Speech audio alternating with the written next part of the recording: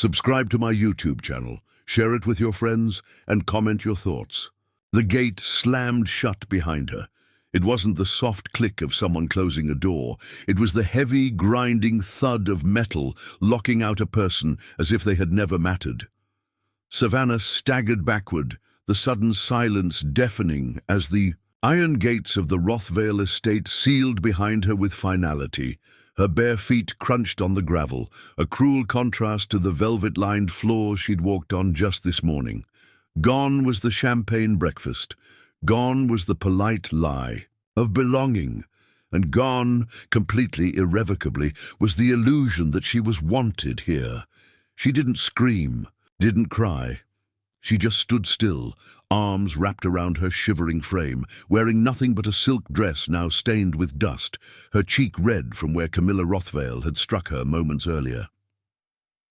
Inside the gates, the estate glowed with gold chandeliers and glass towers. Laughter drifted faintly on the night breeze from the east balcony, music, voices, the tinkling of crystal. The guests at tonight's gala wouldn't even know that someone had been evicted, emotionally and physically, from their lives. Savannah took one shaky breath and turned her back to the place she had dared to believe was her home. 3 months earlier, her life had been brutally simple.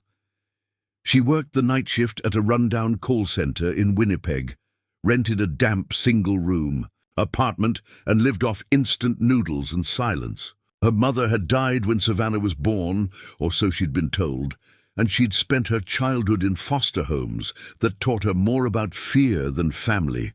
She had never known her father, never seen a photo, not even heard a name, until that letter. It came on a rainy Wednesday morning in a thick manila envelope, hand-delivered by a man in a grey suit who introduced himself simply as Mr. Halbrook. She almost didn't open it. Letters like that never brought good news. But inside was a DNA report, a one-way plane ticket to Switzerland, and a letter with only 2 lines. You may not believe it, but I have never stopped thinking of you, A.R. At first she thought it was a prank. Arthur Rothvale wasn't just any man. He was one of the most powerful and mysterious tech magnates in the world, worth billions, private jets, secret patents. He was a recluse who hadn't spoken to the media in a decade. Why would a man like that send for a girl like her? But Mr. Halbrook had shown her the proof. She was his daughter, and suddenly Savannah had a name, a past, and, maybe, something like a future. Geneva felt like a dream wrapped in ice. The estate was perched on the side of a hill, towering above, the lake like some royal fortress. Everything was marble and gold, and wood polished so perfectly you could see your past in it. The servants had greeted her with polite confusion. Her father hadn't been there when she arrived. Urgent business in Zurich, they said. But Camilla Rothvale had been tall, sleek, and cold as a diamond in winter. Camilla made it clear from the first moment that Savannah was not welcome. I'm sure this is a misunderstanding, she had said sweetly, her eyes scanning Savannah like she was a bug that had landed on a priceless tablecloth. Arthur has whims. He's impulsive, you understand. Savannah didn't, but she smiled anyway. She tried everything. Polite conversation, walking quietly, asking careful questions about her father. All she got were stiff answers, side glances, and servants who had clearly been warned. Still, she endured until this morning. Arthur was still absent. Camilla invited Savannah to a private breakfast. Just the 2 of them. The table was set for royalty: grapefruit, pastries, poached eggs, crystal juice glasses, linen napkins, and then, like slicing into a rare steak, Camilla said the words that changed everything. "You were a mistake," she said without emotion. "A disposable one. He had no right bringing you here. You walk out that door, you never come back." Savannah tried to speak, tried to ask why. But Camilla only raised one perfectly shaped brow and stood up. By the time Savannah was escorted to the gate by 2 silent security men, Her belongings were already thrown into a plain duffel bag. Not everything, though. They missed something. 2 nights earlier, while wandering the study her father once used, desperate to find any trace of him, Savannah found a worn leather folder half buried beneath a stack of books. She thought it was a journal at first, but it wasn't. It was full of handwritten notes, account numbers, encrypted passwords, and strange symbols. A few documents had red stamps: confidential, restricted, trustee access only. One page had her name, Savannah A. Lynn Rothvale. Beneath it, emergency successor. And a number she could hardly process, $62,000. She didn't even know how to say it out loud. $62 billion. Some kind of secret project. Offshore accounts. An asset called the Vault Project. She had no idea what it was. But she knew one thing for sure. Her father had made her the heir, and someone wanted to make sure she never found out. She walked through the night. Her feet bled from the gravel and cold. She clutched the duffel bag to her chest, afraid someone might steal it, though they'd find only a few clothes, a crumpled passport, and the leather folder she'd hidden under a false bottom. The city lights blurred in the distance. No phone, no contacts, just fear. Around 3 a.m., she collapsed under a stone bridge near the edge of town. A stray dog sniffed at her feet. She curled up tighter and whispered into the darkness, "Why did you bring me here, Dad?" She didn't sleep. By morning, she found herself in a small internet cafe tucked between 2 laundromats. She paid with coins she found in the side pocket of her duffel. Fingers trembling, she typed, "Arthur Rothvale disappearance. Vault Project Rothvale. Swiss inheritance law." Most articles said the same thing. Arthur had vanished. On business. No foul play suspected. Camilla was now in control of Rothvale Holdings. One article stood out. A single line buried deep in a financial blog. Unconfirmed rumors suggest Rothvale transferred assets to an unnamed private heir days before his disappearance. She exhaled. It was real. She wasn't imagining it. That folder wasn't just scribbles. Someone knew, and someone else didn't want her alive to claim it. Far across the city, in the back seat of a black car, Camilla Rothvale lit a cigarette with steady fingers. "She's disappeared," said the man in the driver's seat. "Slipped out of surveillance range." Camilla didn't look surprised. "She'll resurface," she said coolly. "She doesn't have the instincts to stay hidden." "What if she talks?" Camilla blew smoke out the window. "No one will believe her. Not until it's too late." Then she turned and looked directly at the man beside her. "But if she gets to the lawyer in Zurich, if she proves she's the legal heir to Vault, everything is over. Find her, or I'll make sure what happened to Arthur happens to you." The man nodded once, and the car drove off into the fog. Meanwhile, Savannah made a decision. She would not run anymore. She had been discarded her whole life. Thrown away like junk mail. But this time, she had a truth no one could erase. She remembered something Mr. Halbrook told her before she boarded the plane in Winnipeg. "Miss Lynn, they will pretend you don't exist until the moment you become a threat." That moment was now. Savannah hadn't eaten in 2 days. Her last full meal had been the gala dinner, the one where they toasted to Rothvale's legacy while plotting her removal in the shadows. Now, her stomach growled as she sat in the corner of a Zurich train station, hands clenched tight around her duffel bag. She didn't even dare fall asleep. The folder with her father's documents remained hidden under the false lining, but paranoia clung to her like a second skin. She didn't know who to trust. Not the police. Camilla Rothvale probably had them on her payroll. Not the media. They'd laugh her out the door. And definitely not strangers. So when a man in a faded brown trench coat sat next to her on the bench and slid a folded paper toward her without saying a word, every nerve in her body screamed. She didn't touch it. She didn't look at him, but the man leaned close and said just 3 words. "He's not dead." Savannah's breath caught. She finally turned her head. The man's face was gaunt, leathery, and scarred across the left cheek, as if someone had tried to erase him but stopped halfway. His eyes were a murky grey, bloodshot but sharp. "Who are you?" she whispered. He didn't answer, just pointed down at the folded paper. With trembling hands she opened it. It wasn't much, just a sketch of a hillside, a red X marked near a crumbling stone wall. Below it, one word, scribbled in a rough hand: Berzona. "What is this?" Savannah asked, heart racing. "A place he loved," the man murmured. "Where he buried things nobody was supposed to find." "Buried what?" The man gave a grim smile. "Hope." She wanted to scream at him, shake him, demand real answers. But when she blinked, he was already walking away, vanishing into the early morning crowd like a ghost from a war no one remembered. Savannah stood at the crossroads.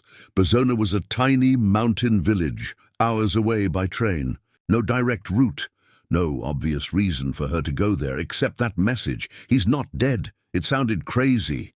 But then again, so did the rest of her life. With the last of her coins, she boarded a train to Ticino and never looked back.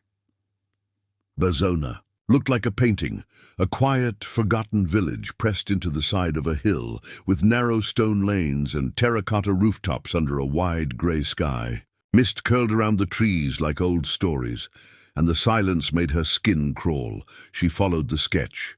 Up a winding path past a broken sign that read Casa degli Alberi, down a slope near a collapsed chapel, and there, just where the red X had been, she found it, a rusted iron lockbox buried beneath loose soil behind the stone wall. Her hands shook as she pulled it out. The lock had been smashed, clean and deliberate. Someone else had been here before her. Inside, she found only two things: a sealed envelope addressed to SALR, a miniature USB drive, black, unmarked. Savannah opened the letter first. It was written in her father's tight, deliberate script. "To the child I never got to raise. If you found this, it means either you are very brave or very much in danger. I'm not dead, but I might be by the time you read this. Camilla has taken everything, the Vault Project, my name, and now she'll try to take you, because you are the only legal heir left. My blood, my code. You're the fail-safe I built into this entire empire.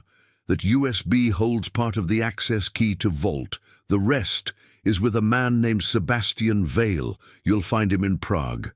If anyone tells you he's dead, don't believe them. I taught him to vanish. Savannah, whatever happens, never forget.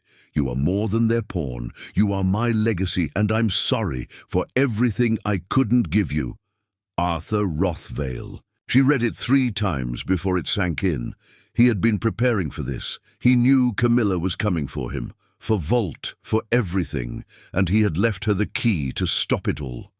The journey to Prague was chaos. She hitchhiked, stole a bicycle, even slept in a shipping container for one night. Every time she checked her reflection in bathroom mirrors along the way, she saw herself becoming something else. Not the scared call center girl, not the cast-out mistake, but someone harder, sharper, like iron hammered in fire. She arrived in Prague under grey skies and aching limbs. Sebastian Vale wasn't listed anywhere online. No address, no photo, no number. She started asking around in cafes and libraries. Left anonymous notes on message boards. Nothing. Until one afternoon, while wandering a forgotten street in Zhizkov, she noticed a faded sign on a door. Antiquariat Vale. Her breath caught. The bell above the door chimed softly as she stepped. Inside, dust clung to the air. Shelves leaned under the weight of forgotten books. A fireplace crackled in the back, and sitting there, as if he'd been waiting for her his whole life, was a man in a wheelchair reading a book on quantum encryption. He looked up. "You look like him," he said quietly. "You're Sebastian." "Vale?" she asked. He nodded once. She pulled out the USB drive. He stared at it, then at her. "Dear God," he whispered. You made it. Sebastian had once been Arthur's closest friend and his ghost architect. While Arthur built the public empire, Sebastian built the hidden one.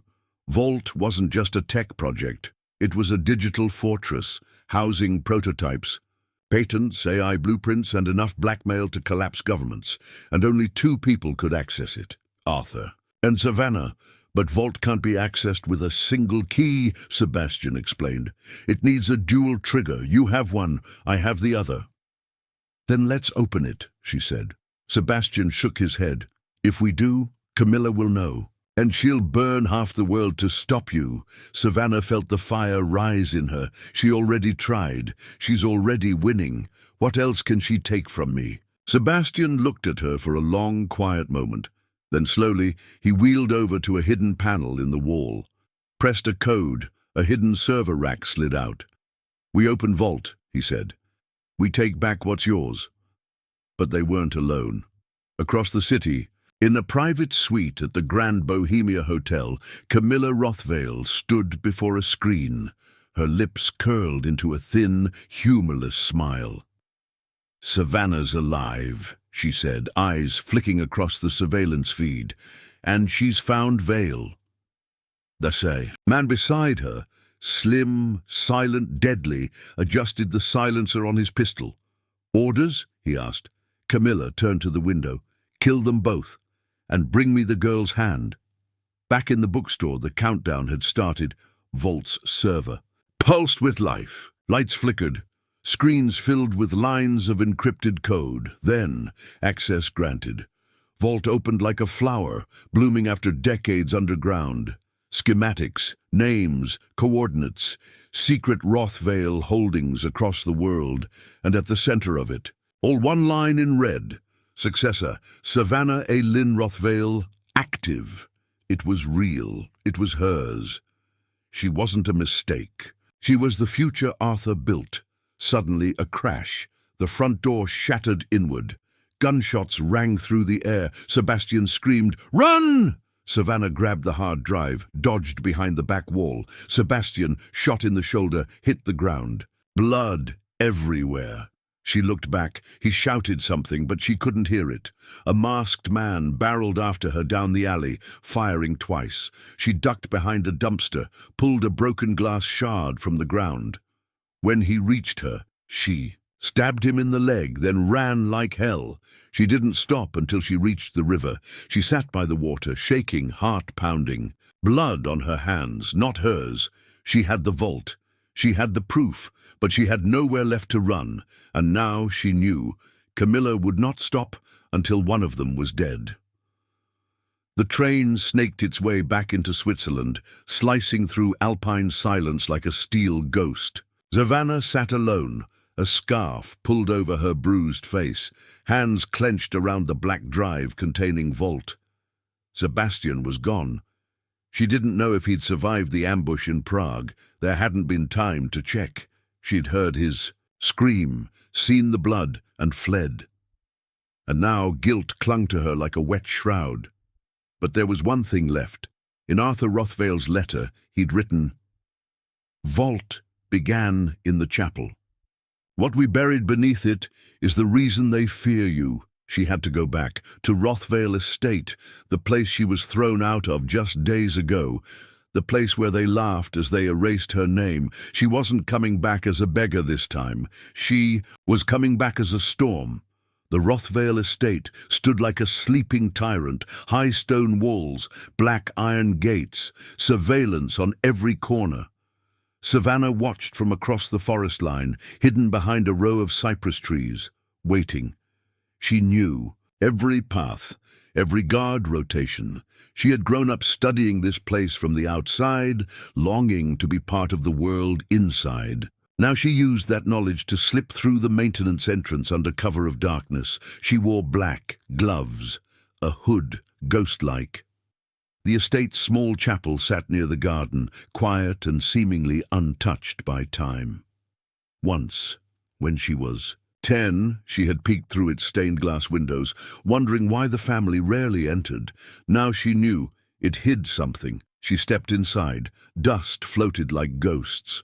The scent of old wood and wax filled the air. At the altar, a carved lion's head stared down from the wall.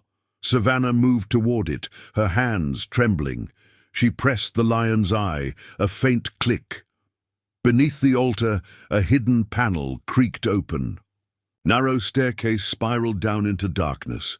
She descended carefully. The air turned colder, metallic. A single light flickered to life as she reached the bottom, revealing a small chamber, bare except for a concrete table.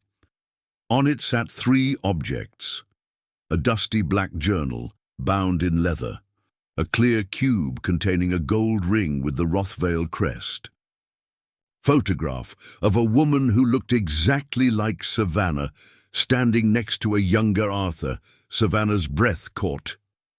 The resemblance was too perfect. She opened the journal and began to read. Project Genesis initiated July 12, 1995. To safeguard the legacy, I've embedded the biometric key not in a vault, but in my bloodline. Savannah is the final seal. No one will believe she exists. That is her protection. Camilla was never meant to know, but she did. She tried to have the child terminated without my consent. I hid Savannah with Eleanor, the only woman I ever trusted outside this family. I gave her nothing but a promise. When the time comes, Savannah would claim the world that denied her. If you're reading this, daughter, know this: the empire they built on lies is nothing without you. Vault isn't money, it's the truth, and they're terrified of it. Savannah staggered back, tears stinging her eyes. She had always thought her mother, Eleanor, had died of illness. But now she saw it. The silence, the secrecy, the fear in her mother's eyes when Savannah once asked about the Rothvales. They had been hiding her to save her. She was the living key to something they couldn't control. Suddenly, footsteps above. Then voices. Camilla, she's here. The chapel's sensors were tripped. Camilla's voice rang through the old stone. Savannah cursed under her breath. There was no way out. She grabbed the ring and the journal, then pressed the panel to seal the underground door. Just before it closed, she heard Camilla's voice echo, "Bring her back alive. I want her to see what happens when little girls play queen." She waited in darkness, breath shallow, heart pounding. An hour passed. 2, then silence. She climbed out cautiously and slipped through the side corridor, barely avoiding a guard as she emerged into the garden. But instead of fleeing, Savannah made a decision that changed everything. She wasn't going to run anymore. 3 days later, the world saw the first encrypted vault drop, a whistleblower file released to independent journalists. Not anonymously, but from Savannah herself. Attached was a message: "My name is Savannah Lynn Rothvale, daughter of Arthur Rothvale, sole heir of Vault. What you see in this file is just the beginning." The file contained proof of covert Rothvale dealings, insider trading, bribery, false patents, stolen technologies, and audio of Camilla admitting to manipulating board members into faking Arthur's death. It exploded across headlines. Daughter claims Rothvale empire built on fraud. Is Arthur Rothvale alive? The billionaire bastard they couldn't erase. Savannah didn't wait for the noise to settle. She moved fast, connected with cyber activists, former Rothvale engineers, and Arthur's forgotten allies. Vault began releasing secure records across the globe, exposing decades of... He plugged it in, and the screen filled with images, birth certificates, adoption records, genetic scans. Savannah frowned. "What is this?" Sebastian turned slowly, and what he said next shattered everything. "You're not Arthur's only child. You're not Arthur's only child." The words echoed in Savannah's ears like a war drum. She stared at Sebastian. "What are you talking about?" He looked pale. "There was another baby, born just 10 months before you, a son." Savannah's stomach flipped. "No. That's not possible. Arthur's letters, he only spoke of me." Sebastian slid a birth certificate across the desk. Name, Gideon Rothvale. Mother, Camilla Rothvale. Arthur never acknowledged him publicly. Sebastian continued. He didn't trust Camilla. Said the boy wasn't ready, too unstable. Savannah felt something cold grip her chest. She looked at the adoption documents. Gideon had been placed into a different identity, raised under a false name, hidden like her, only not to protect him, to control him. Where is he now? Savannah whispered. Sebastian hesitated. Running Vault's original prototype, the part of the network not under your control. Her heart pounded. Wait, you mean he's alive and working against us? Sebastian nodded. And worse, he knows about you now. 3 days later, the world went black. Vault's encrypted systems shut down mid-transfer. Screens across activist networks flickered into static. Savannah's email servers were locked. Journalists lost access to Vault folders. Her alias accounts were wiped clean. Someone had hacked her system from the inside and left only one message behind. You were never meant to inherit this. Stop digging, little sister, or I'll finish what our mother started. Gr. Savannah stood in silence, staring at the screen. The little sister part was worse than the threat. Gideon knew who she was, and Camilla was still helping him. Savannah and Sebastian regrouped in a remote Scottish estate, lent to them by a disillusioned former Rothvale executive who had quietly switched sides. The mood was grim. Everything Savannah had built, gone. Vault was offline. Their files corrupted, and Gideon had just declared war. Sebastian leaned against the stone wall of the old library, voice low. Sav, we're outnumbered. He has money, power, and your mother behind him. She's not my mother, Savannah snapped. Not anymore. He nodded. Then what do we do? Savannah turned toward the firelight. We end it. The final battle wouldn't be fought in courtrooms or boardrooms. It would be in Zurich, at the Rothvale World Investment Summit. Every major investor, policymaker, and tech magnate would be there. Camilla and Gideon were planning to announce Vault Genesis, a rebranded version of Vault, cleaned of its whistleblower mission, weaponized for surveillance and control. It was everything Arthur never wanted. Savannah had one shot.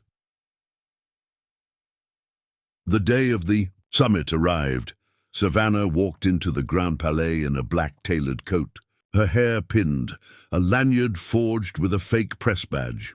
Inside, she was just another journalist. Outside, the real plan was in motion.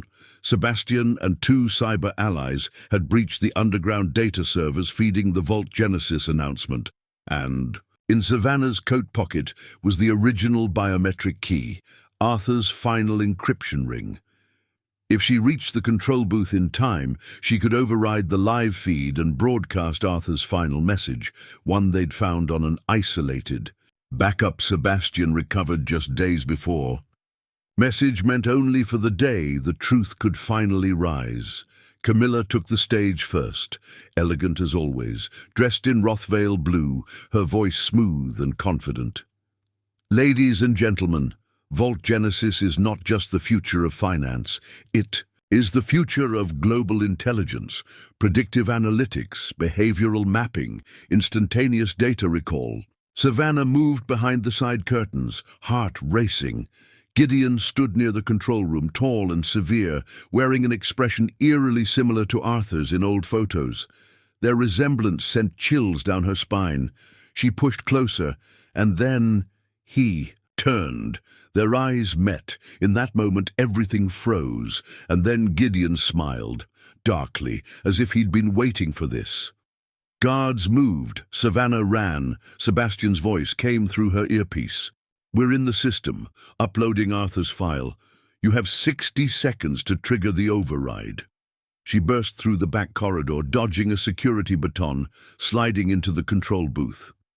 A technician turned, and she hit him with a shock baton Sebastian had hidden in her coat lining. The screen flickered. She slammed the ring into the console's biometric scanner. A loading bar appeared. Authentication verified. Come on, she whispered. Then, Gideon's voice behind her. Funny how you inherited all the softness. You never belonged in our world. She turned slowly. Gideon held a gun. Camilla gave up everything for me. She sacrificed Eleanor, erased you. You think I'm going to let you steal this? Savannah stared at him, and suddenly she didn't see a monster. She saw a broken boy raised by a colder monster, a pawn who believed the crown was his. She stepped closer. No, Gideon, you already lost. The day you chose her lies over Dad's truth. He hesitated, and in that moment, Sebastian's voice rang out. Now! Savannah slapped the final button. The feed shifted. Camilla's speech was cut mid-sentence. Arthur Rothvale's face appeared across the world. If you're seeing this, I'm likely dead. But not before ensuring my legacy belongs to the one person who earned it, not by blood, not by manipulation, but by courage. Savannah Rothvale is the rightful steward of Vault. I designed it to protect truth, not to profit from lies. I knew Camilla would try to twist it. I suspected she would poison my son with ambition. That's why I placed the final seal in my daughter's hands. Let this be my final act, exposing what our empire really is, so she can build what it should have been. The room fell silent. Then chaos. Investors stood. Phones buzzed. Screens across the globe displayed court documents, whistleblower footage, and deep audio logs. Gideon turned white. Camilla collapsed in her seat. The Rothvale board, stunned and scrambling, stood divided for the first time in decades. Savannah stepped past. Gideon, he didn't move. Not because she was stronger, but because he knew he'd lost. 2 weeks later, the Rothvale estate sat quiet again. Only this time, Savannah wasn't thrown out. She walked through the main doors freely. The board had voted her in, not unanimously, but just enough. Camilla had been indicted for fraud and conspiracy. She hadn't spoken since the summit. Gideon vanished. Rumors whispered of a private jet to Eastern Europe. No charges filed, no confession, just gone. And Arthur, his body was never found. But in the library where his portrait hung, Savannah found one final note taped behind a loose panel. Legacy isn't wealth, Savannah. It's who stands when everything else burns. You stood. That's all that matters. Dad, that evening, Savannah sat on the estate balcony overlooking the hills. Sebastian brought her tea, sat beside her. You okay? He asked. She took a long breath. I don't know what to feel. You changed the world. I lost so much to do it, he nodded, but you found yourself. She turned to him, eyes glassy. Maybe that's what Dad meant, that it's not about the name or the billions. It's about refusing to let them tell you who you are. He smiled. So, who are you now? She looked into the horizon. Not broken, not bitter, not erased, just Savannah. The end.